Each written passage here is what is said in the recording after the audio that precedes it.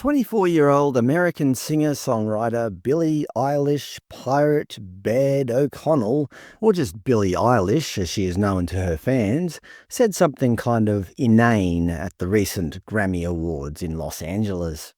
When presented with the Song of the Year award for her song Wildflower, she said, "I don't feel like I need to say anything, but no one is illegal on stolen land." All her fawning fans applauded this loudly, a standing ovation no less. It's probably the most profound speech ever given in human history. She continued this mastery of intellectual oration by saying, "Our voices really do matter, and people matter, and F ice," referring not to the Internal Combustion Engine, as I first thought, but to the US Immigration and Customs Enforcement Agency.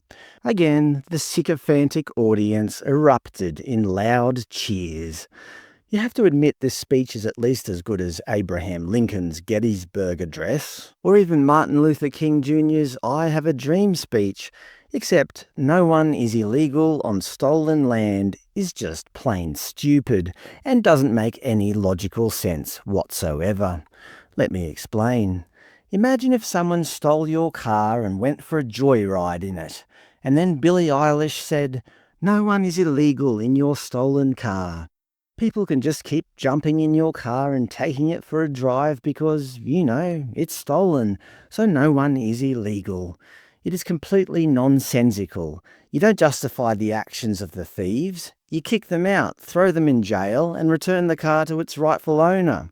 That said, if your great-great-grandfather's horse and cart were stolen in the late 1800s, is it the job of the current government to track down and return your ancestors' stolen property to you?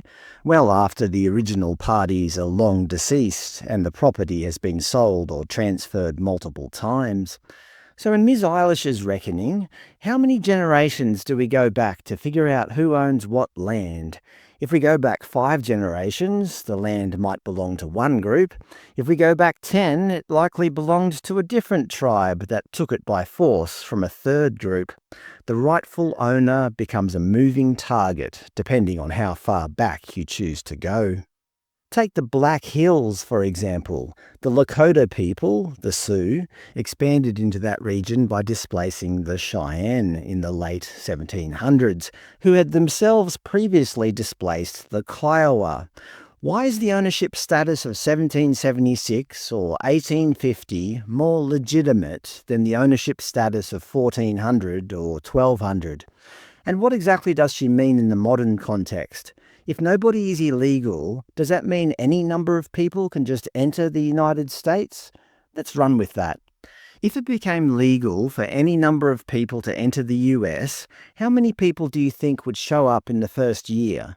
1 billion? Actually, that would be a great way to fix the immigration problem.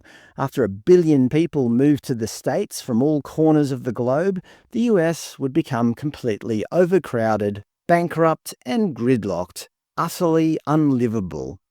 By that stage, nobody would want to move there anymore. Immigration problem solved. Of course, Ms. Eilish's Los Angeles mansion would probably have about 300 people squatting in it by that stage, due to a complete lack of housing. The country would be completely ruined. But hey, no one is illegal on stolen land.